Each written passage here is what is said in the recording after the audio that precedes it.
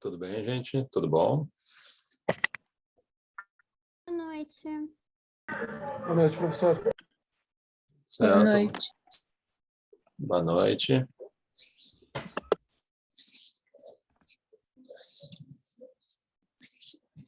Então, começando então a nossa segunda aula aqui da semana.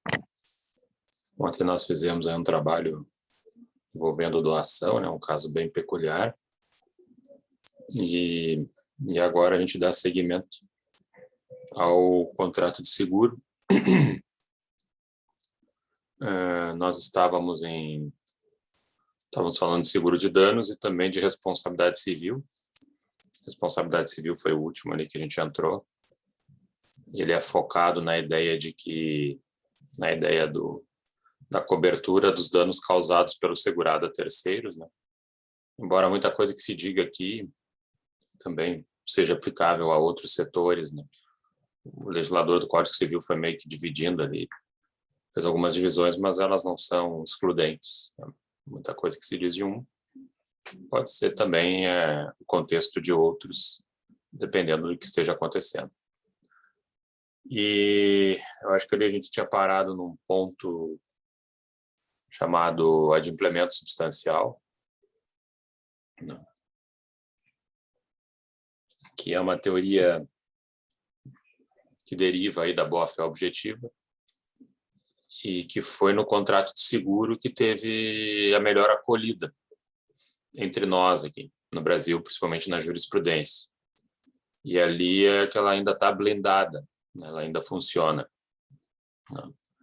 Ela vem aí de uma inspiração norte-americana, que é substantial performance, né? E você vai usar ela o quê? No seguro, né? Para garantir uma cobertura securitária se o segurado estava devendo uma pequena parte do prêmio que estava em aberto. Mas vão entender, não é justo que, estando uma pequena parte do prêmio em aberto, não seja feita a cobertura, porque no fim o sinistro, né, já foi coberto, né? A seguradora ganhou para isso, né? E aí o que acontece? Quando é que ela começou a ser usada? Quando justamente você tem casos em que você pega o prêmio, né, e divide em parcelas, né? É muito comum acontecer isso com carros. Você divide o prêmio em parcelas e paga uma, paga duas, paga três, daqui a pouco são em 5 parcelas, daí você atrasa a quinta. E para o seu azar, é na quinta que você tem um sinistro. Na quinta que surge o acidente. Aí o que ocorre? Básico é a seguradora te dizer que não vai cobrir. Não, mas tu estava em aberto. E agora, como tu estás em aberto, também já vai ser rescindido. Ou está rescindido porque estava em aberto. Daí ela não vai te pagar. Aí tu vai ter que entrar em juízo, né, para buscar essa cobertura e vai justamente usar a ideia do adimplemento substancial. Mais, a Marilês pergunta ali, mais do que 50%. Vou dizer assim, de 70% a 80%. Das parcelas do prêmio. Então, mas aí qual é a colocação que a jurisprudência faz, né? Uma coisa é você estar atrasado, a seguradora te manda uma carta dizendo, você está em atraso, se não pagar em 2 dias está rescindido, tu não paga, e aí logo a seguir tem o sinistro e está querendo cobertura. Aí não dá, aí ela te avisou que ela ia rescindir e rescindiu.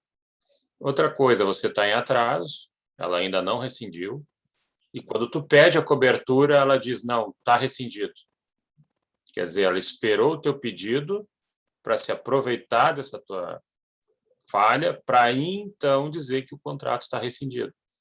Isso é visto como falta de cooperação e lealdade, e a jurisprudência não topa esse tipo de argumento das operadoras, e aí, aplicando o adimplemento substancial, manda a seguradora pagar, ordena ela pagar. Ah, mas e aquele valor lá do prêmio em atraso? Ela desconta da indenização, mas paga a indenização, porque o valor estava coberto. O sinistro estava coberto. Ah, tá. Então tá. Então aí se garante então a cobertura nesses moldes aí. Isso chegou a ser expandido para outros contratos, principalmente financiamento de veículo. O sujeito paga lá 90% do financiamento, nem do valor do carro. E aí ficava 10% faltando, aí o banco entrava com ação de busca e apreensão com pedido liminar. E, pô, eu tirava do carro do cara faltando só 10%. Aí eles aplicavam adimplemento substancial e diziam para cobrar de outro jeito que não fosse tomando o carro. Mas faz uns 2 anos para cá que isso caiu, 2, 3 anos que isso caiu. Então, não está difícil expandir esse adimplemento substancial para outros setores. Por enquanto, ele continua sobrevivendo só no setor de seguro mesmo, em relação à pequena parte do prêmio não paga. Não está na lei, né? Uma derivação aí, teoria aí que surge da interpretação da boa-fé objetiva. Ok aqui, gente? Bom, o tópico a seguir é um dos pontos aí mais intensos, assim, mais acalorados dentro da estrutura de seguro, e que é um argumento muito usado pelas seguradoras para não pagar nada. E está lá no artigo 768 do Código Civil. 768 do Código Civil. E o 768 do Código Civil diz o quê? Agravamento intencional de risco. A seguradora te segurou por um risco X, te lançou um prêmio por esse risco X, e tu vai lá e amplia esse risco, de forma intencional. E depois pede a cobertura. E aí, com base no 768, ela quer tirar o corpo fora, né? Eu não pago nada.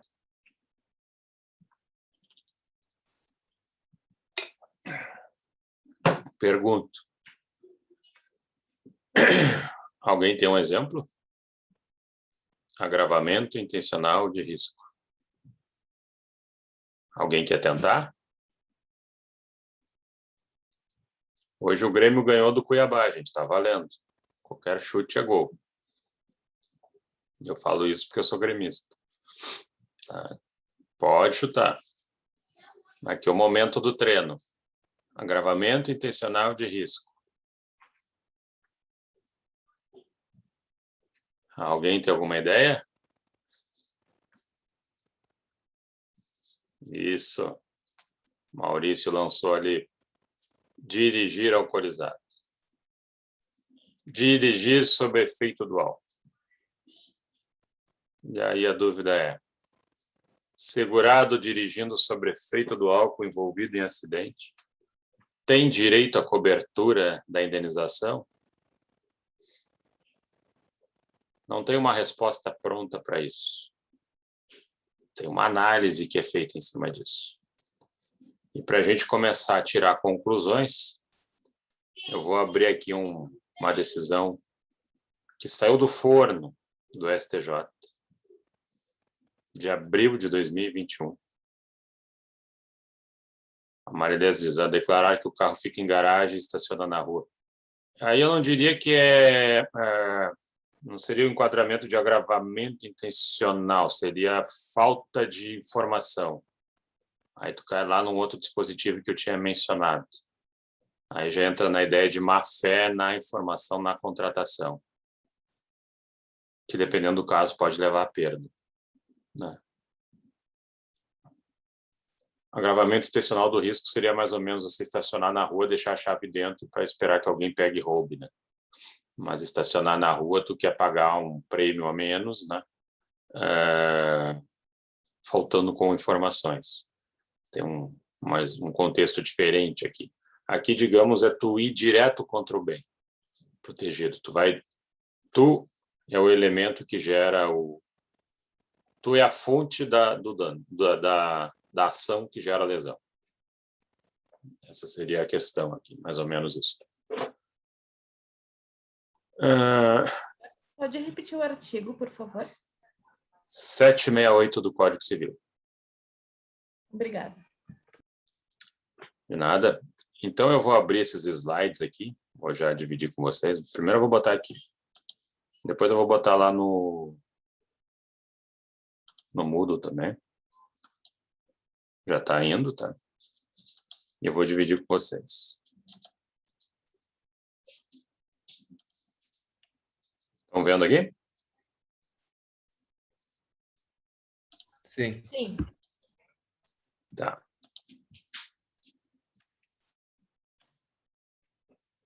Agravo interno no agravo em recurso especial número 150.8274, Espírito Santo. O que é agravo interno no agravo em recurso especial? Para chegar nesse setor aqui, você tem que fazer o seguinte: teve um acórdão no Tribunal de Justiça, num Tribunal de Justiça. Aqui, no caso, um acórdão de recurso de apelação.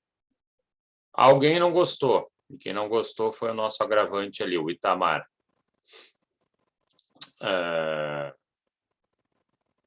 Que não é o advogado dele tirei o nome. O Itamar é a parte. A parte contrária é a HDI Seguros. Aí veio um acórdão que não agradou o Itamar recorreu com recurso especial. Ele queria provocar uma terceira instância no STJ, Superior Tribunal de Justiça. Aí o recurso especial dele não foi admitido. O que é não ser admitido?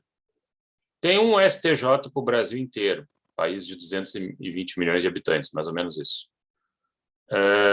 É muita gente e, por conta disso, o STJ criou, ao longo dos anos, desde a sua invenção, né? O STJ foi inventado em 89.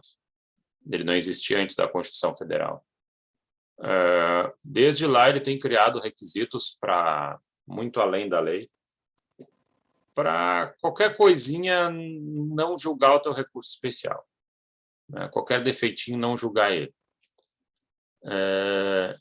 E essa primeira análise de se esses requisitos estão presentes ou não é o Tribunal de Justiça que faz.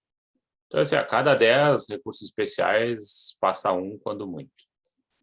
Então, esse aqui não foi recebido. Aí ele entrou com um recurso que se chama de agravo ao STJ, para provar que o recurso especial dele tinha que ser recebido.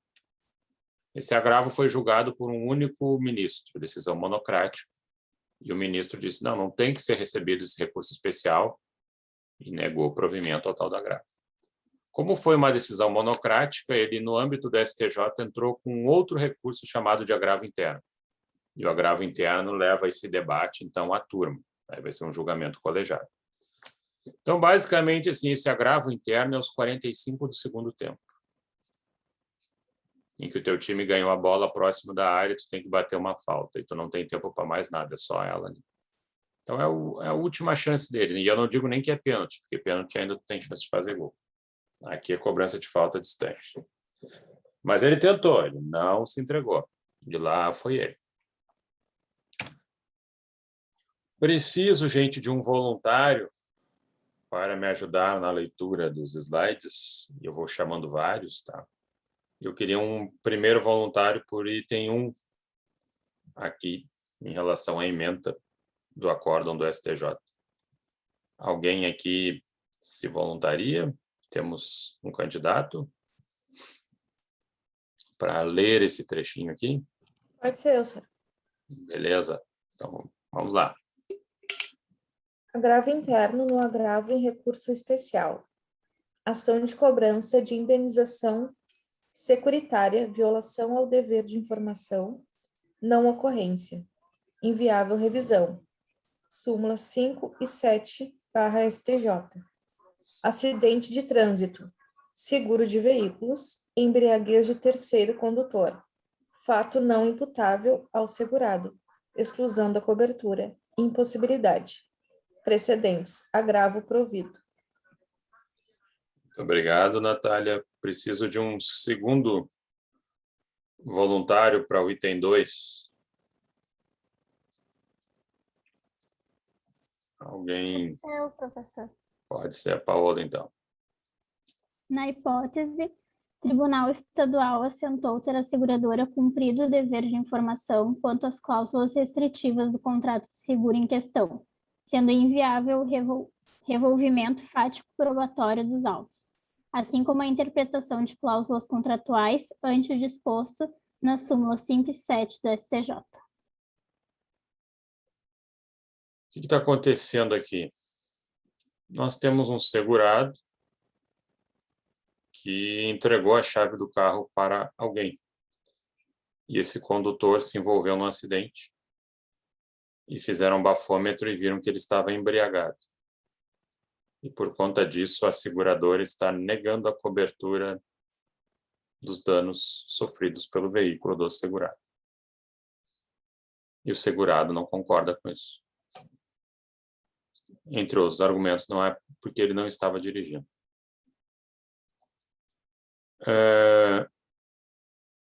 Em jurisprudência, você trabalha com a seguinte ideia. Se a embriaguez tem nexo causal com o acidente, não há cobertura. Se a embriaguez não tem esse nexo, tem que fazer a cobertura. Como assim não tem nexo causal?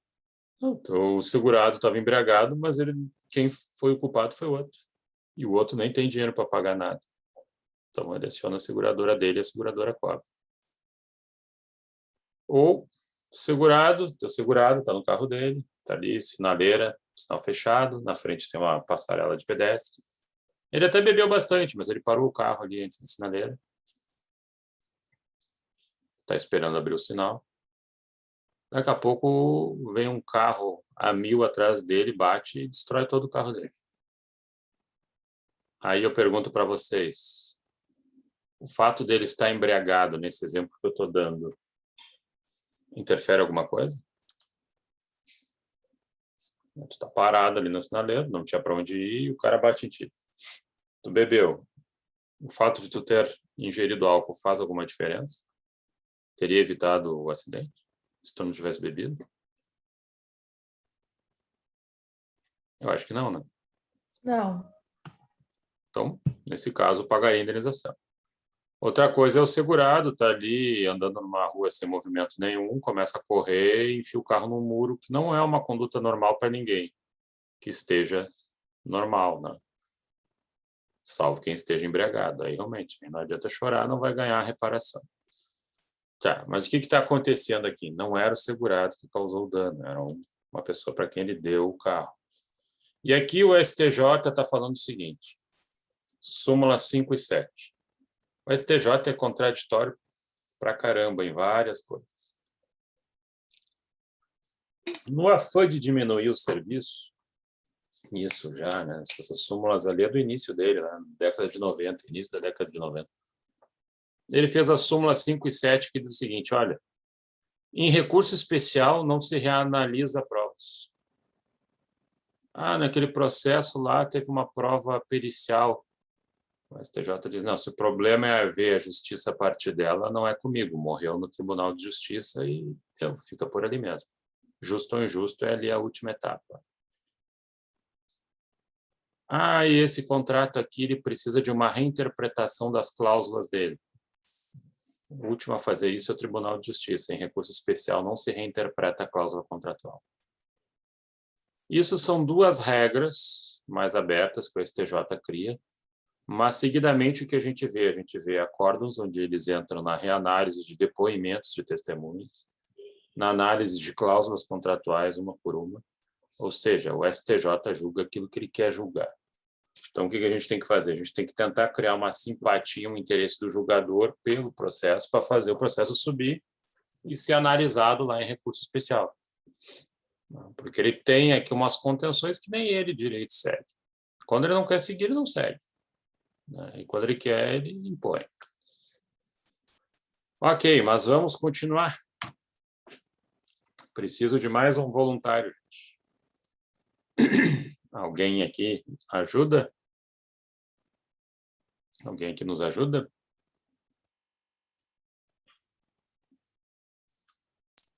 Posso ler, professor? Então, tá bom. Vamos lá com a Marilés. Nos termos da jurisprudência do Superior Tribunal de Justiça, 1. A exclusão da cobertura do seguro por embriaguez dá-se somente quando o segurado contribuiu diretamente para o agravamento do risco previsto no contrato. Pode ler o 4 também. 2. Para a recusa do pagamento de indenização securitária, o agravamento do risco deve ser imputado à conduta direta do próprio segurado. E 3. A presunção de que o segurado tem por obrigação não permitir que o veículo seja conduzido por pessoa em estado de embriaguez é válida e esgota-se efetivamente até a entrega do veículo ao terceiro precedentes. Tá bom, muito obrigado, Marilés.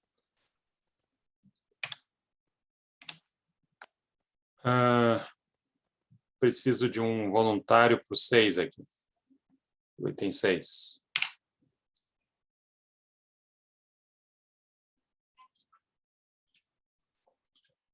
Posso ler, professor? Ok, Luiz Henrique, então. O Tribunal de Origem negou provimento ao apelo da hora agravante, confirmando a sentença de improcedência do pedido de pagamento da indenização do seguro do veículo sinistrado, nos termos da seguinte fundamentação. A questão controvertida consiste em esclarecer se o estado de embriaguez ao volante do condutor do veículo qualifica excludente de cobertura contratual prevista em contrato de adesão e legitimar a recusa do pagamento da indenização contratada. Não obstante, as alegações da apelante, o conjunto probatório é suficiente para concluir que Wesley do Nascimento Loretti, segundo o condutor indicado na apólice, dirigia o veículo em estado de embriaguez, agravando sobremaneira o risco contratual. É o que se extrai do boletim de acidente de trânsito ali a data, é isso? Ali no número 200 de 2010, 01, 31, 31. Número do processo. Obrigado, então, Luiz. O que está acontecendo aqui? O segurado, não interessa se estava embriagado ou não, mas ele entregou a chave do carro para alguém que estava embriagado. E com base nisso, a seguradora está dizendo que houve um agravamento de risco. O primeiro grau disse isso, segundo grau, o Tribunal de Justiça do Espírito Santo também. O que acontece aqui? Segundo o Tribunal de Justiça do Espírito Santo, a configuração do risco não ocorre apenas em relação ao segurado, mas também em relação aos condutores principais ou aqueles a quem se confiou o veículo.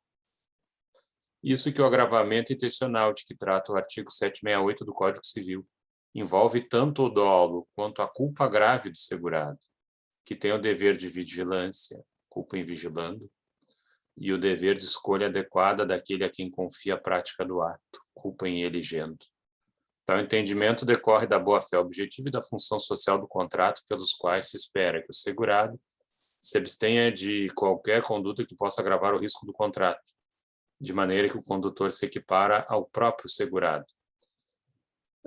O que eles estão dizendo aqui? Que houve uma culpa em eligendo, porque ele escolheu mal a pessoa, entregou um carro para alguém que estaria embriagado, e houve uma culpa em vigilando também, porque ele não acompanhou a desenvoltura dessa conduta desse condutor, muito embora esse condutor também estivesse lá na pólice, talvez fosse um irmão dele, ou talvez aqui seja uma relação pai e filho, eu não sei, não fui a fundo, né, para ver todos os detalhes.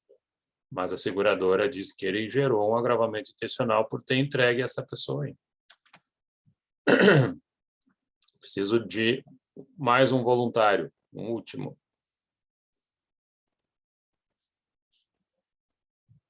Quem se habilita, gente? Para finalizar. Eu de novo. Não, tá. Deixa. Quem STJ. gostaria? Tá bem. A culpa exclusiva de terceiro na ocorrência do sinistro, acidente de trânsito, por dirigir embriagado, não é causa da perda do direito à indenização, por não configurar agravamento do risco imputável à conduta do próprio segurado. Da leitura do acórdão estadual, não se pode concluir, pois não há informações que, ao entregar o veículo ao condutor, o terceiro se encontrava em estado de embriaguez, ou que o segurado tinha ciência desse quadro. Assim, não existe meio de se atestar que a conduta do contratante poderia levá-lo à culpa in eligendo. Muito obrigado, colega. Perfeitamente, então. O que acontece? Onde é que ele se salvou na visão do STJ e que acabou entrando no contexto probatório? Não tinha prova de que o segurado soubesse que o sujeito estava embriagado. Qual é o normal das coisas nesse tipo de cenário?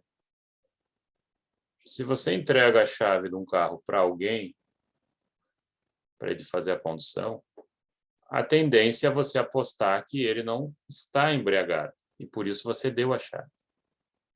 Você está saindo de uma balada, você dá a chave para alguém. Eu não daria a minha chave para um sujeito que bebeu. Então deixa que eu cuido de mim. Eu bebi, eu vou tomar minhas cautelas. Não deveria nem estar dirigindo, mas eu vou tomar minhas cautelas. Agora, eu não vou entregar a chave para um sujeito que bebeu, porque aí eu estou nas mãos dele. Então, tendencialmente, eu vou passar para alguém que não bebeu, ou pelo menos não se apresenta em estado etílico. Então, não havia prova de que o sujeito soubesse que o outro estava embriagado. Então, não houve agravamento intencional de risco. Não houve culpa grave, não observaram algum cuidado diante de um determinado cenário. Então, lá nos 45 do segundo tempo, no agravo interno, ele virou tudo. Matou a sentença, matou a corda e fez com que a seguradora tivesse que pagar a cobertura do seguro. Alguém gostaria de comentar alguma coisa aqui sobre embriaguez? Não concorda? Concorda? O que vocês acham? Mas por que só deram atenção para isso lá no final? Ele já não tinha alegado antes? Ele tinha, possivelmente ele tivesse alegado, mas justamente ali eles falam ali em culpa em vigilando, então, em desimportando que ele alegasse isso, olha, não tem prova de que eu entreguei para alguém embriagado. Eu acho que o Tribunal de Justiça e o primeiro grau estavam a exigir dele uma conduta mais intensa ainda, para ele averiguar com mais detalhes ainda se realmente a pessoa não estava embriagada. Ele está, da leitura do conjunto de coisas, criou uma percepção nesses julgadores de que eles achavam que ele sabia que o sujeito estava embriagado. E aí ele não conseguiu desfazer essa ideia deles. Só conseguiu criar essa perspectiva nova no STJ. Essa é a questão, de você ser julgado por seres humanos. Tem aquele detalhe que é o detalhe que você conquista o julgador, e ali ele olha para ti e diz, não, essa aqui é a verdade. Essa aqui é a verdade, está assim nas provas, e não tem o que tu tire do cara. É ali. E assim como ele perdeu nas outras, nesse detalhe, de alguma maneira ele conquistou o STJ nessa outra linha aí. E conquistou bem, ao ponto de eles terem aceito o recurso especial dele, que até então estava sendo negado, e depois deram provimento. Então, assim, medalha para o advogado. Ganhar lá nos 45, virar o jogo não é fácil. Tem a competência do causídico aí, do procurador envolvido no meio também. Alguma dúvida aqui, gente? Nesse detalhe? Bom, saindo dos danos, das questões que afetam, que geram danos ao patrimônio, nós temos um outro tipo de seguro, que aí faz parte da classe seguro de pessoas, e que é o seguro de vida. O seguro de vida também tem uma conotação patrimonial, porque ele serve para indenizar aquelas pessoas que têm um prejuízo com a morte de alguém. Perdeu a renda, perdeu uma série de coisas. Mas não a dor. Tu não deixa um seguro de vida porque alguém vai sofrer emocionalmente pela tua morte, né? Tu deixa ali porque ela vai sofrer com falta de recursos econômicos para a tua ausência. Essa é a ideia do seguro de vida. Vamos botar um conceito para ele. Vamos botar um conceito para ele. É aquele que, seguro de vida é aquele que, mediante um prêmio,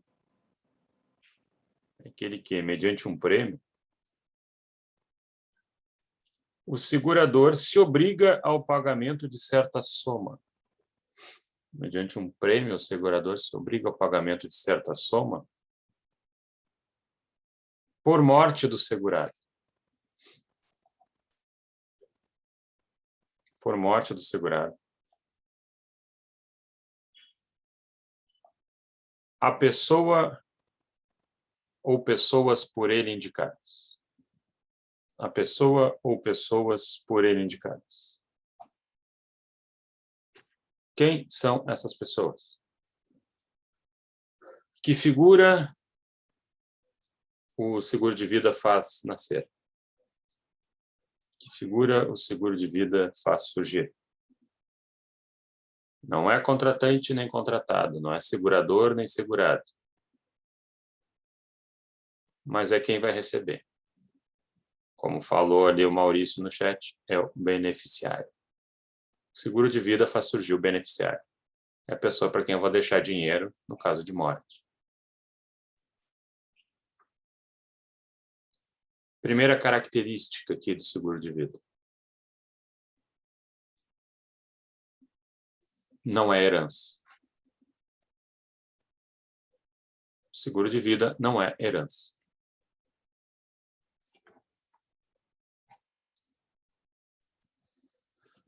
Então, se não é herança, como diz o artigo 794,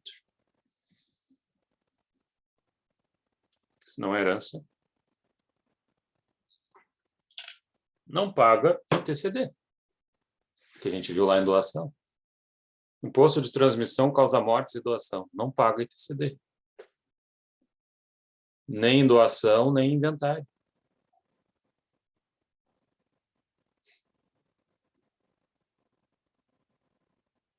Também não vai pagar imposto de renda, porque seguro a indenização não é renda. Então já tem uma vantagem aí. A desvantagem é que a pessoa tem que morrer. Como não é herança, eu posso deixar... O sujeito pode deixar 1 milhão para um filho e não deixar nada para os demais. E aí se os demais disserem, mas então eu... então ele já ganhou, então ele não vai ganhar agora no inventário. Nada a ver. Nada a ver, ele vem para o inventário para disputar com os demais herdeiros, tranquilamente. Isso que ele ganhou lá em seguro de vida não vem à colação. Não é um crédito que ele ganhou em vida. É um benefício que o pai quis dar e quis dar para um e não tem discriminação e é isso mesmo, ponto final. Problemas de direito sucessório e direito de família não afetam o seguro de vida.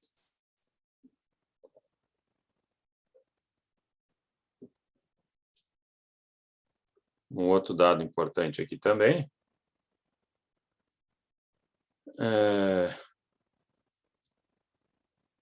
Ele não responde por dívidas do estipulante. Quer dizer, se o segurador morreu deixando várias dívidas, o valor do seguro de vida não tem nada a ver com isso. Se o sujeito morre deixando dívida, os credores vão atrás do patrimônio dele e pode ser que os herdeiros não recebam nada. Seguro de vida não. Pode ter deixado o que for aí na praça, o valor é do beneficiário, não pertence ao estipulante.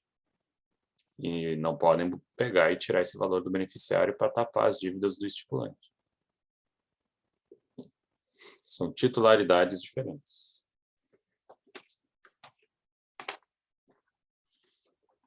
Dúvidas aqui?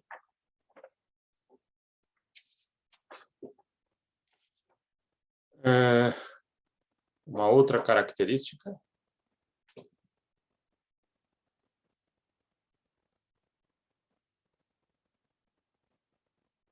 O segurado pode realizar quantos seguros quiser.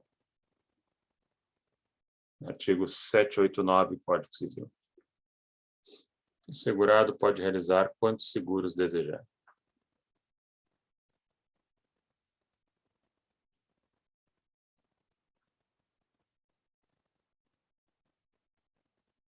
Ah, mas se fosse seguro de dano, ele tinha que avisar as seguradoras, outras sim.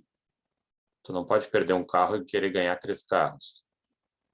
Ah, mas por que eu posso fazer quanto eu quiser em relação à vida? 1 milhão numa seguradora, 2 noutra, 5 noutra. Porque a vida não tem preço. Se você tem dinheiro para pagar os prêmios, você faz quantos seguros quiser. Sem precisar comunicar às seguradoras.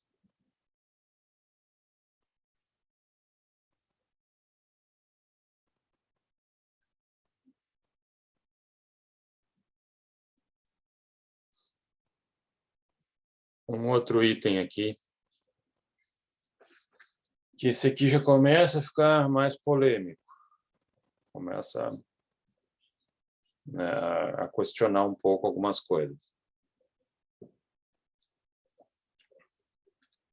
É possível, em seguro de vida, carência em caso de morte? Seria a terceira característica. Carência em caso de morte. O que vocês acham? Posso botar carência em caso de morte? O que é carência? Carência é aquele período no qual eu não vou ter cobertura, mesmo pagando. Não sou meio estranho, né? Eu estou fazendo seguro de vida. E aí tem carência para o cara morrer? O que vocês acham? Se alguém quer tentar? Concorda ou não que seja possível carência em caso de morte? Não tem aqueles 2 anos no caso de suicídio? Suicídio, nós já vamos chegar ali. Tem uma estrutura que fala em 2 anos. E saindo de suicídio. Qualquer outro tipo de morte. Que esteja coberta, né? Que nem todas as mortes estão. Sujeito, eu vou servir no Afeganistão. Não, começa que eu nem vou fazer seguro contigo. Carência em caso de morte é possível para qualquer outro tipo de morte? Faz sentido isso?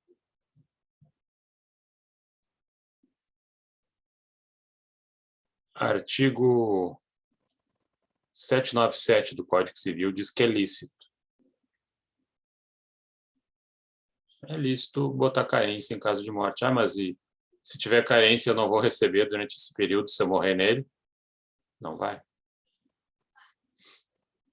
Mas e como é que isso aí funciona? Por força, né, do artigo 54 e outros aí do Código de Defesa do Consumidor, tem que ser uma coisa bem destacada. Olha, tem carência para a morte. Mas por que carência? Para formar um capital. Para formar um capital segurado mínimo. O sujeito não fazer hoje, morrer amanhã.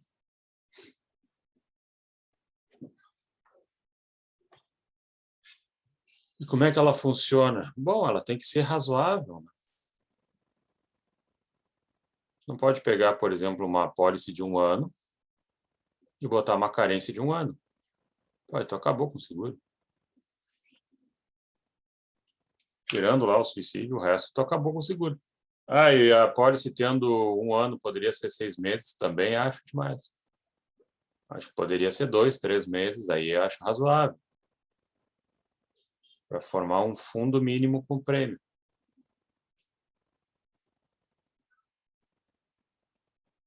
Independentemente se o sujeito sabia que tinha doença ou não. Pelo menos nesse período aí bem destacado na apólice, não vai ter cobertura. Claro, depois vem outros debates, que aí o problema é a má-fé nas informações. Quando tu vai fazer um seguro de vida, normalmente eles te dão uma ficha ali de saúde, né? E aí tu responde. Daqui a pouco ali tu põe, não tem problema nenhum, faz o seguro, 4 meses depois morre em decorrência de neoplasia de pâncreas, tumor de pâncreas. Mas ninguém morre assim da noite pro dia. Quer dizer, já sabia que tinha, e é o tipo de situação que a seguradora nem ia contratar. Tu não faz seguro de vida, pelo menos com um cliente que tu não conhece ainda, né? Vai ser teu cliente, para cobertura de doenças de alto poder de letalidade. O sujeito tem um tumor de cérebro, eu não vou contratar. O sujeito tem um tumor de pâncreas, de fígado. São doenças aí que, dependendo, é 5% que se salva, 10% que se salva, é altíssimo risco. Sinistro é certo, eu não vou nem contratar. Agora, claro, uma coisa é o sujeito saber disso. Outra coisa é ele não saber disso. E se ele botou que não sabia e realmente não sabia a história lá no meio do contrato, e já com foco letal, bom, aí tudo bem, aí está coberto. Então, a seguradora teria que provar também que o sujeito tinha noção de que a doença pré-existente existia para aí evitar de pagar o seguro. Agora, quanto à carência em si, sabia ou não, durante aquele período ali, não seria pago, dentro de uma razoabilidade se comparado ao período do contrato. Essa é a ideia. Pode perguntar. Teve alguma alteração referente a 2020, 2021 em relação ao Covid nas apólices de seguro de vida? O senhor sabe de alguma coisa? Se teve alguma coisa nesse sentido ou não? Eu sei que... boa pergunta. Eu sei que, em razão do Covid, as seguradoras, pelo menos as grandes, não só no Brasil, fora do Brasil, estavam fazendo cobertura por conta de morte em função do Covid, mesmo que ele representasse uma pandemia, né? Porque a maior parte dos contratos tem ali, não cubro eventos decorrentes de pandemia. Mas elas começaram a ceder, talvez antevendo aí que houvesse demandas variadas nesse sentido, né? E começaram a fazer coberturas, não digo se para tudo, mas muitas passaram a incluir nos seus contratos a cobertura para eventos Covid, né? Talvez fique o debate ali para as anteriores, né? Em que o Covid não estava relacionado, mas se elas botaram nos contratos novos, né? Então o Covid não seria um elemento excludente, né? Eu sei que muitas cederam assim amigavelmente, né? Mas não sei dizer como foi com todas, né, em relação a isso. Começou lá fora até. Até teve uma questão interessante, acho que foi no Canadá, que teve seguradoras que estavam devolvendo parte do prêmio de seguros veiculares por conta do Covid, já que as pessoas estavam em casa, né, trancadas, né, não podiam sair. E aí, claro, aí reduziu drasticamente o nível de sinistro possível, né, com relação aos veículos. Aqui no Brasil ninguém fez nada disso, né?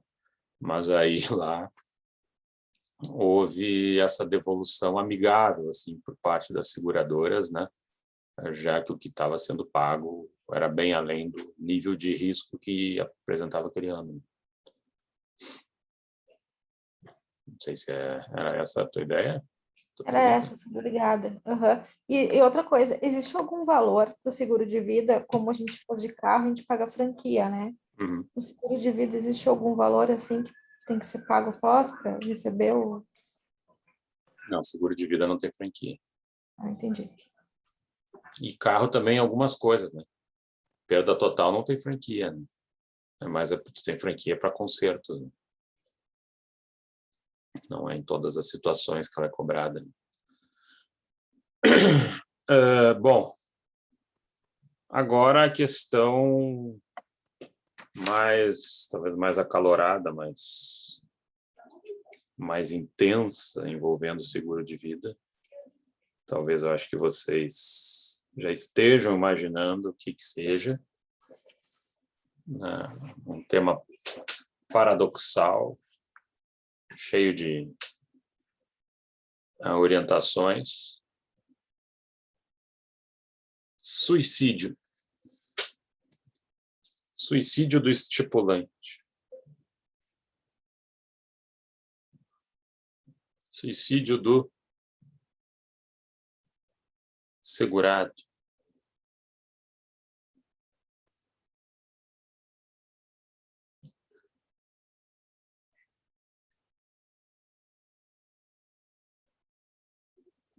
E aí, gente?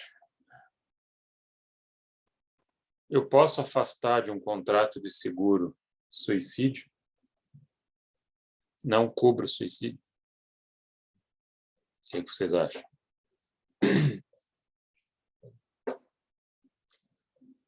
Talvez não tenha evento mais agravador de risco do que o suicídio. É a mesma coisa que um olhar, jogar querosene no carro e botar fogo. E aí, então, eu poderia não colocar suicídio como evento a ser coberto pela seguradora de vida? O que vocês acham? Alguém quer arriscar? Agora é a hora do treino. Aqui não tem erro, aqui tem tentativa não sucedida, mas o importante é arriscar um pouco.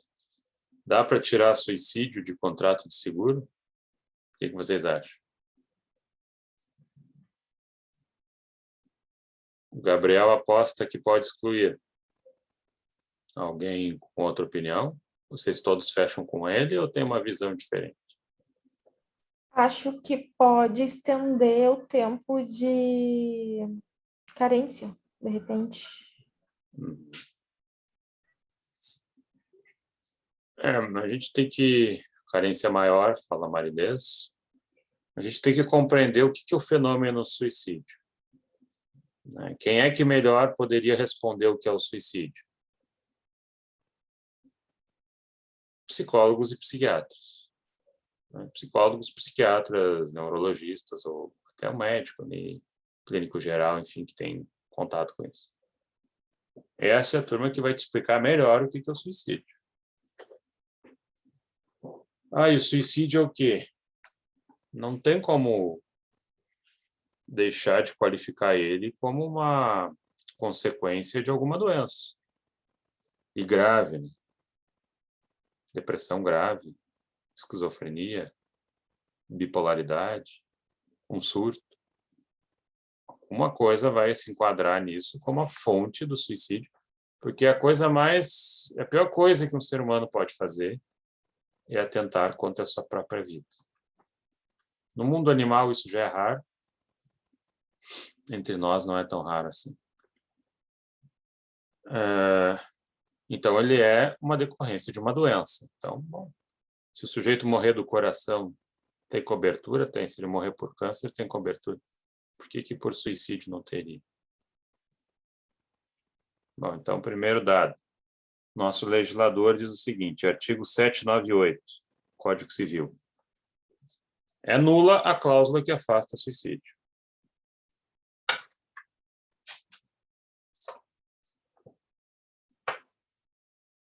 É nula a cláusula que afasta suicídio. Tá, mas então já arranca cobrindo.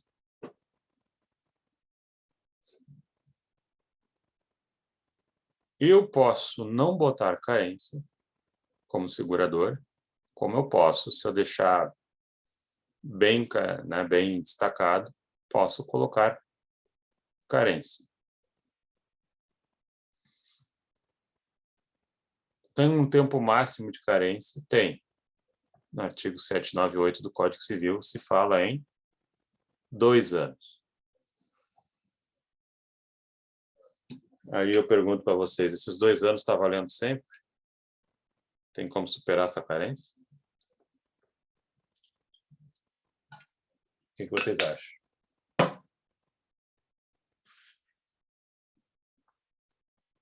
Essa carência ela é sempre válida ou dá para excluir ela de alguma Eu acho maneira? que assim, se é provado que ele estava tentando buscar ajuda, que estava com a doença, eu acho que no judiciário acho que eles aceitariam, acredito eu. Se ele estivesse buscando ajuda, se ele estivesse com depressão, buscando ajuda, e teve uma hora que ele não aguentou mais, e foi antes desses 2 anos, acredito eu que. É uma tese interessante até, essa tua ideia aí, para derrubar uma estrutura que foi criada em cima disso. Acho que é uma ideia interessante. O que acontece? O legislador ele não consultou a medicina, tá? Tanto é que ele veio com um número cabalístico ali, 2 anos. Mas o que? O suicídio ele não aguenta 2 anos? É isso? Eles queriam afastar a tal da ideia do suicídio premeditado. O que eu acho que é uma outra loucura à parte. Suicídio premeditado seria o seguinte: eu vou me matar para deixar um dinheiro para minha família, porque está todo mundo mal de vida e tal. Então, eu vou fazer o seguro, eu me mato, eles ganham. Suicídio premeditado. Mas mesmo nesse contexto de premeditado, é uma coisa doentia. Tu vai deixar dinheiro para teus filhos, mas tu vai te ausentar como pai ou mãe. Tu vai gerar um dano muito pior. E ainda vai gerar nos coitados um sentimento de culpa. Né? Vão ser seres humanos depois sofridos. Que tu vai deixar em dinheiro para eles, não vai pagar o que eles vão precisar de psicólogo depois. Então, quer dizer, imaginar que alguém esteja premeditando friamente, com domínio de todo o seu aspecto psiquiátrico, né? É desconhecer os meandros da psicologia e psiquiatria. Mas tudo bem, eles escolheram 2 anos. O que acontece? Durante muito tempo, todas as ações que envolviam suicídio, em que o sujeito se matava antes de fim do prazo de carência, as seguradoras botavam, não, foi premeditado.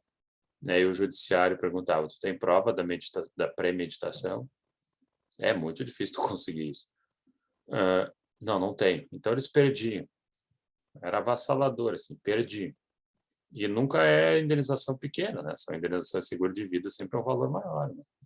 Então perdiam. Até que uma hora eles não aguentaram mais perder e foram lá no STJ. Aí saiu lá o RESP, né, curso especial, 133-4005. 133-4005.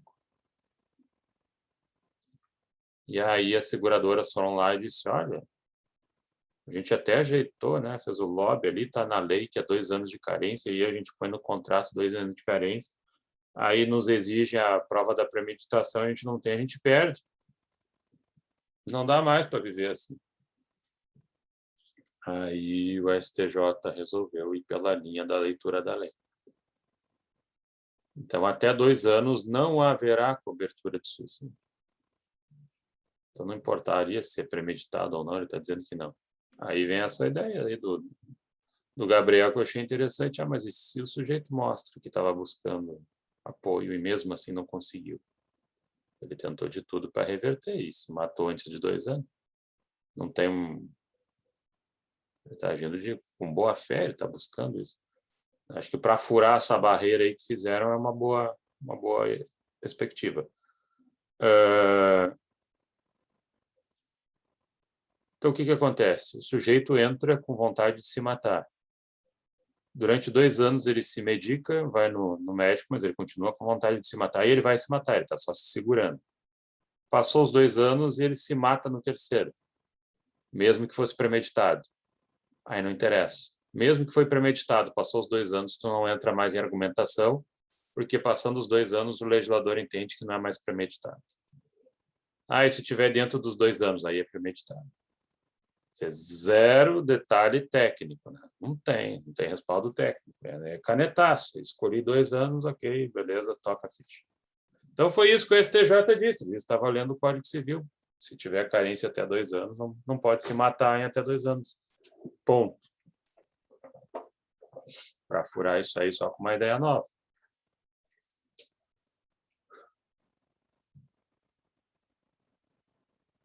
E aí tem o 799. do Código Civil, que diz o seguinte: é incluído para fins de indenização o suicídio inconsciente. Não queria te matar, apesar de tu te arriscar muito.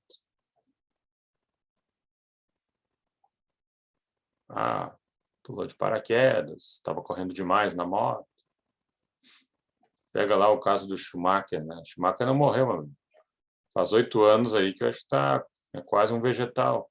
O cara que corria de Fórmula 1, multicampeão, troço super perigoso, velocidades extremas. Nunca teve nada. Aí foi pegar lá o esqui, resolveu descer ladeira abaixo, sei lá em que velocidade, caiu, bateu a cabeça numa pedra, pum, acabou. 8 anos numa cama. Quase vegetal. Não queria acontecer isso com ele, mas se tivesse se matado, bom, também, né? Fazendo atividades de maior risco, né? Não morreu nas pistas, mas morreu fazendo outra coisa. Gostava de emoção. 799 do Código Civil. Alguma dúvida aqui para suicídio, gente? Alguém ficou com alguma dúvida aqui? Bom, vamos para um outro tema aqui interessante também. Seguro de vida e amante. Ou o amante ou a amante.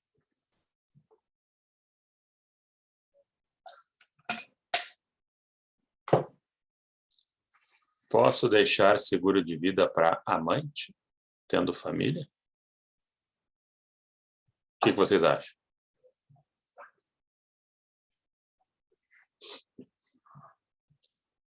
Pode alguém deixar seguro de vida para o amante? Entendendo, assim, que o senhor tinha falado, né, que não fica como herança, que não é herança, enfim. Por esse viés, acredito que sim. Maurício diz que sim, Marilese diz que sim, Natália diz que sim. Alguém tem que advogar para a amante, né? Que dão de pau na coitada da mãe. Alguém tem que salvar a pátria dela, né? Alguém acha que não? Alguém acha que a amante não tem direito de seguro de vida?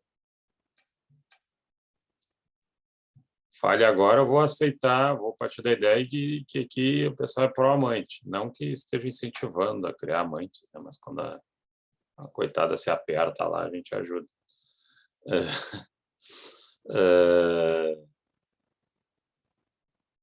Não tem na lei nada específico, assim, amante é seguro de vida, mas o que ocorre é que a jurisprudência nacional, ela não gosta de amante. E eles judiam com as amantes. E o legislador também judia com a amante. Eles reputam ela como culpada pelo divórcio do sujeito. Mas e aí? Não pode doar para amante. Não pode botar amante em testamento. Não pode deixar seguro de vida para amante. Pressupondo, né, que tu deixou, né, um cônjuge viúvo, né? Senão já não era mais amante. Amante é paralelo. Né? Porque amante não é união estável, né? Dúplice, né? Amante é família, você leva, você cuida dos filhos, põe dinheiro em casa, vai trabalhar, discute sobre a conta de luz. Amante é levar para restaurante, para viajar, para falar de coisas boas. Então não é família, Amante não tem lar, né, professor? Amante não tem lar, mas destrói lares. Amante é uma assassina de lares, é assim que a jurisprudência vê ela. Então não tem colher de chá. Quem se descobrir que a amante levou, vamos lá e pega dela. E a seguradora tem que fazer essa análise aí. Não tem e nem vai fazer. Nesse barraco eu não entro. Tá aqui, ó, segura, ele botou beneficiário fulana. Ele morreu, eu vou pagar para fulana. Deu. Eu só não vou pagar para ela se ela matou ele. Aí é agravamento do risco. Mas fora isso, eu vou pagar ela. Ah, mas não pode, porque ela é amante. Então faz o seguinte, notifica a seguradora, pede uma liminar no processo e avisa, ó, não paga para ela. Só que a seguradora vai pensar o seguinte, eu vou pagar de alguma maneira, não vou segurar esse dinheiro. Depois vem juros, correção, tá louco? Vai consignar em um juízo e cita os interessados. Está aqui o valor de seguro, tchau para vocês, fui embora. E o juiz que decide de quem é. Não, o juiz vai decidir quem tem que levar isso. Amante não leva herança. Perguntou o Gabriel. Não leva herança. Não tem direito. Não confundir herança com o que às vezes a gente acaba vendo que é união estável dúplice, né? Como se tivesse duas famílias aí, até as mulheres, em geral as mulheres, né, acabam dividindo ali o benefício do INSS e tal, ou se faz uma partilha dúplice, que no TJRS eles usam essa linha, lá para cima já tendem a valorizar quem chegou primeiro, como união estável. Mas amante não é união estável, amante é diversão, não tem vida em comum, assim. E ela não ganha herança. Tá?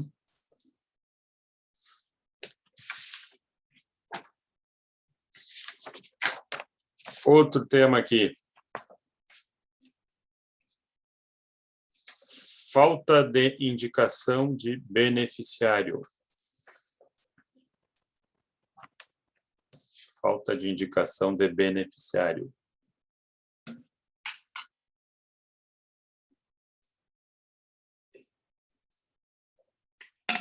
Artigo 792 do Código Civil.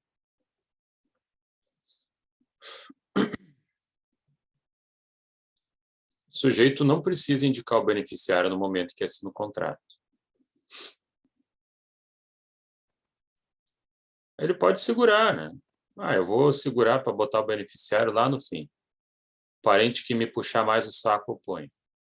Ou aquele que for mais legal comigo, eu ponho. Nem precisa ser parente, né? Pode deixar para amigo e tal. Só que aí não deu tempo e ele morreu antes. E agora? Ou daqui a pouco ele indicou a amante. Tá, e a amante não pode. E agora? A seguradora vai embolsar esse dinheiro? Como é que vai ser? Não. Aí o que acontece? Tem uma ordem legal ali no 792 que diz o seguinte. Se ele não indicou ninguém, metade fica para o cônjuge viúvo, que era casado com ele, não estava divorciado, e outra metade para os herdeiros, conforme a ordem de vocação na herança. Os mais próximos excluem os mais distantes. Né? Tinha uma mulher e 2 filhos, metade para a mulher, metade para 2 filhos, não é herança, não paga imposto, ok, é seguro de vida, que ele deixa para eles porque ele não indicou ninguém a receber.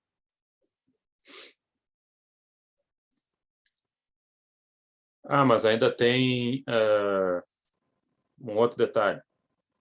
Não tem mulher, não tem filhos, não tem viúvo.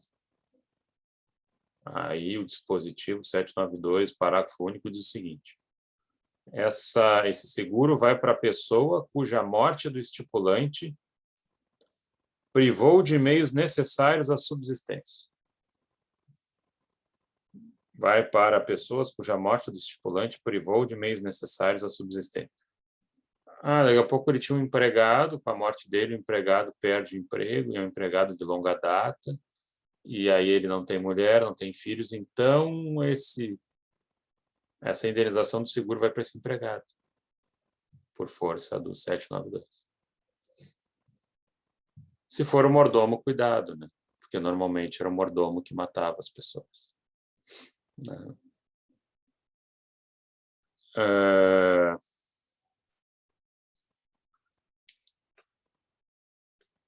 Tinha até uma outra colega de uma outra turma dizendo que ela fazia venda de seguros, né, de vida, e que ela ligava para uma certa região aqui do Brasil. Foram vários casos que a pessoa falou com ela e disse: como é que eu faço para ter um seguro de vida sem que meus parentes saibam? Não, mas por quê? Não, porque se eles souberem, eles vão me matar para ficar com indenização. Aí ela explicava: não, né, tu pode botar outros como beneficiário, né? Ela lhe chamou a atenção que naquela região ali o pessoal tinha medo de fazer seguro de vida porque os parentes podiam se empolgar com o seguro e abreviar a vida do segurado. E, claro, se matar o segurado não tem direito à cobertura, né? Aí é agravamento total de risco. Ok aqui, até aqui. Mais um detalhe aqui. Mais uma característica. Segurador não se subroga. Segurador não se subroga nos direitos e ações contra o causador do sinistro. O segurador não se subroga nos direitos e ações contra o causador do sinistro.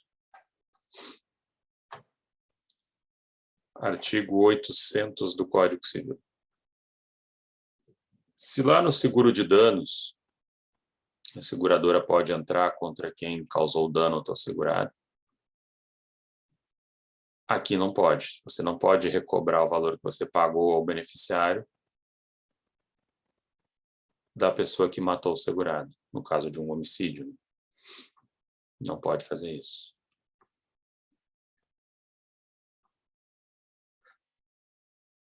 Outra coisa, pelo 802 do Código Civil, seguro de vida não cobre despesas hospitalares e médicas. Ah, mas ele morreu e deixou uma conta no hospital. O problema é do hospital. O problema é do patrimônio deixado pelo falecido. Seguro de vida não é seguro-saúde. São carteiras diferentes. Também não está pressuposto que cobre despesa de funeral. Teria que fazer um adendo à parte, incluindo isso. Ah, o cara morreu. Morrer também é caro. Não pensa assim que é barato. Um funeral aí pode sair 10, 15, 20 mil reais, dependendo do que for feito. Tem gente até que tem feito incineração, né? Até fora de Porto Alegre. Tem um crematório lá em Novo Hamburgo, acho. Porque seria bem mais barato do que o próprio aqui de crematório metropolitano. Quer dizer, até isso, né? Quer dizer, é uma questão de maturidade você cuidar, assim, da sua morte, porque ali tem custo. Né? E aí, para não fazer com que os vivos desembolsem isso, você já dá uma preparada. Uma delas é fazer um seguro funeral. Quando você morrer, é acionado. Professor, pode perguntar. existe sucessão do beneficiário do seguro? Não. É aquele ali.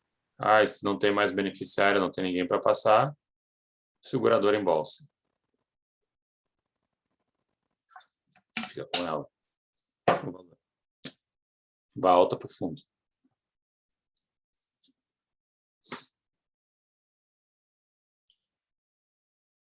Quanto a esse do seguro de vida não cobrir despesas hospitalares e outras, é 802 do Código Civil.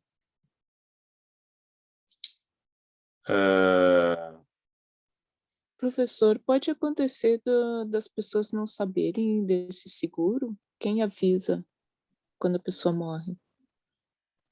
Pode acontecer de não saber. Porque o que acontece? Tu tem ali um prazo prescricional para seguro de vida de 3 anos. Se a pessoa morre, a seguradora teria que ser comunicada, né? E aí eu vou pelo menos dizer que ela tem a obrigação de entrar em contato com o beneficiário. Agora, se nem comunicada ela foi do sinistro, né? O prazo está correndo. E chega um momento que pode prescrever e ela não vai mais pagar nada, né? Então, ele já tem assim um tempinho a mais, né, de 3 anos, do que a média de 1 ano, que acaba circundando os seguros em geral, porque no seguro de vida... Minha família passou por essa situação, professor. A minha família passou por essa situação. A gente só descobriu o seguro de vida da minha avó porque a mesma seguradora, que no caso era um banco, né, veio até nós, nos procurou para cobrar uma dívida que ela tinha. E aí a gente foi ver tudo que ela tinha também a mais nesse banco e descobriu que ela tinha o seguro. Porque senão a gente nunca ia saber que ela tinha esse seguro que ela tinha feito esse seguro de vida num momento ímpar, assim, corriqueiro, pelo que o gerente, que era muito amigo, assim, dela, nos explicou, que foi um dia que ofereceram, ela falou, assinou, nem viu o que era e tinha ali um seguro garantido. E aí, então, a gente só foi saber do seguro quase 1 ano e meio depois, porque o banco veio cobrar um valor que tinha lá de uma conta dela. Bem feito, é capaz de ter pago mais do que queria. Exatamente, Isso é o castigo pela ganância. Né? exatamente. Chega uma hora que, né, Deus Eu acho que interfere e eles a não conta vem calcularam mais muito alta. bem. Hã? Eu acho que eles não calcularam muito bem esse. Né, nem se derem conta. Né? Bem feito, tomara. Né? E aí o que acontece? O seguro de vida ele tem um prazo mais esticado que o tempo do seguro padrão aí, que é 1 ano. Porque no seguro de vida, né, as pessoas perdem um parente e tal, então elas estão meio abaladas ainda. E aí tu tem 1 ano para se dar em conta que a pessoa tem um seguro de vida e fazer o pedido, etc. Então ele já é mais alargado. Também muitas vezes porque a pessoa tu não tem como saber se ela tinha ou não, aí tu vai ter que mexer nos papéis e tal. Então ele é mais alargado. Mas se morrer, começa a contar os 3 anos, né? E se não pedir para a seguradora, ela nem sabe que a pessoa morreu e daqui a pouco prescreveu. Agora, se ela é informada e tal, pelo menos eu espero que ela procure o beneficiário, né? Que às vezes nem sabe que é beneficiário. Professor, e existe agência, né, que regulamenta e regula os seguros. A pessoa fica cadastrada lá, eu posso consultar direto? Tá na SUSEP isso. Na SUSEP, no caso. Aí tu teria que, não sei se dá para fazer uma pesquisa pelo nome da pessoa e CPF, e se aparece, assim, todos os seguros que ela tem. Eu acho que talvez tu tenha que perguntar, mas se identificar para ver quem tu é, né? E aí eles vão fazer uma análise para ver aonde tu aparece. Entendi, mas eu posso ir direto na SUSEP para ver e tal se a pessoa tem algum seguro. Tudo que é seguro que tu fez no Seria lá. Brasil, teu nome tem que aparecer lá. Entendi. Tá? Salvo o seguro saúde, que aí vai aparecer na ANS, que aí muda a agência. Tá. Acho que a Marilês fez uma pergunta. Eu queria saber, parece que quando a gente faz algum empréstimo, a gente tem que fazer um seguro? Não Tem algumas situações que parece que a gente tinha que ter um seguro de vida, não sei se era para pagar esse empréstimo, era meio que vinculado, não é? Assim, para tu fazeres, por exemplo, empréstimo imobiliário, financiamento imobiliário, SFI, SFH, por lei tem que ter a contratação de um seguro cujo valor vai junto com o valor da prestação, né? E no caso de falecimento do mutuário, este seguro ele cobre o saldo devedor, né? E aí não deixa o sistema desabastecido de recursos, né? Nem tem que executar aqui ou ali, já é imediato. Então, SFH e SFI não tem saída, tem que ter seguro. Agora, tem também, muitas vezes, os créditos consignados, que eles fazem com aposentados, né, idosos, que eles podem exigir, mas aí que tá, tu não pode exigir que eles contratem com a seguradora do mesmo grupo do banco, porque aí seria venda casada. Mas ele pode dizer que tu tem que achar uma seguradora. Aí tu vai buscar, tal, achar um preço melhor ou não. Aí, se tu vai fazer crédito consignado, eles costumam cobrar seguro prestamista, né, para o pessoal muito idoso. Por quê? Porque as chances desse sujeito via óbito já são maiores, ele está com idade avançada, né, ele paga descontando da pensão dele, né, na medida que ele morrer, em princípio, acabou a pensão, né. E aí, quem é que paga aquele saldo devedor? Aí entra o seguro prestamista para fazer a cobertura no caso de morte, significando que eles podem, então, como uma espécie de garantia, pedir essa contratação de seguro. E esse pagamento desse seguro é obrigatório nesse caso? Se o banco exigir, sim. Não precisa, mas Eu se acho que exigir, eles sim. exigem e é casado, é venda casada, eu acho. Exigir o seguro não é venda casada, tá? Venda casada é exigir que tu faça com uma seguradora do mesmo grupo do banco. Não, é em conjunto, é com uma seguradora do banco, acho que é tudo junto. Aí ele diz assim, tu tem que fazer um seguro. Aí tem a seguradora X. Mas se tu quiser dizer o seguinte, eu faço, mas eu não quero com essa seguradora, eu vou procurar outra, ele teria que te abrir esse caminho, né? Mas a maioria, eu acho que a grande maioria opta por aquilo ali mesmo, pela aquela mesma linha ali de... Não vai sair procurando, pesquisando preço, às vezes a diferença é mínima, né? Porque o grande problema é o seguinte, que a SUSEP no Brasil ela é tão reguladora, e essa é uma reclamação do mercado, que se tu pegar aqui o seguro de vida da seguradora A, B e C, a variação de cláusulas ali é mínima, né? O que começa a variar ali é o valor da indenização, o valor de prêmio, mas as condições de cobertura, para que tipo de evento, como, etc., basicamente é tudo igual. Então, acaba pasteurizando e não dá margem para uma concorrência melhor, né, onde você pudesse oferecer um produto diferenciado, um serviço diferenciado. Às vezes é só no penduricalho que tu acaba ficando um pouco mais atrativo. Ah, o meu é seguro de vida, mas eu também ponho lá um despesa assistencial funeral, lá, se morrer ganha 3 mil, 4 mil. É só nos penduricalhos. Mas o conteúdo mesmo, ele é pasteurizado pela SUSEP. Ela diz, está aqui o regulamento do seguro de vida, é aqui que tu tem que jogar, né? Então, ela não sufoca muito também. Essa é uma falha da SUSEP.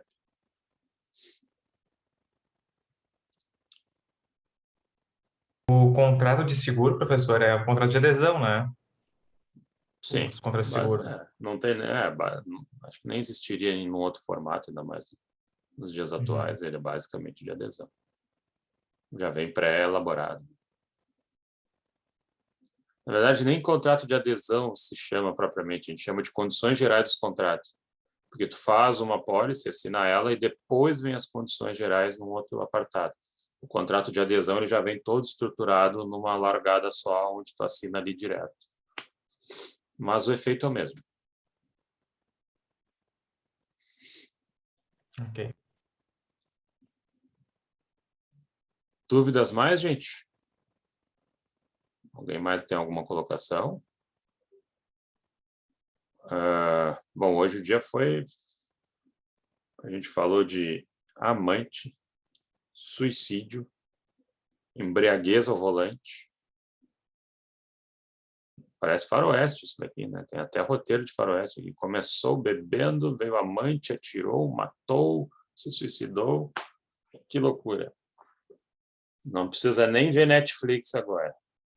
Qualquer seriado agora é fichinha. Com tanta morte que a gente juntou no meio do caminho da aula de hoje.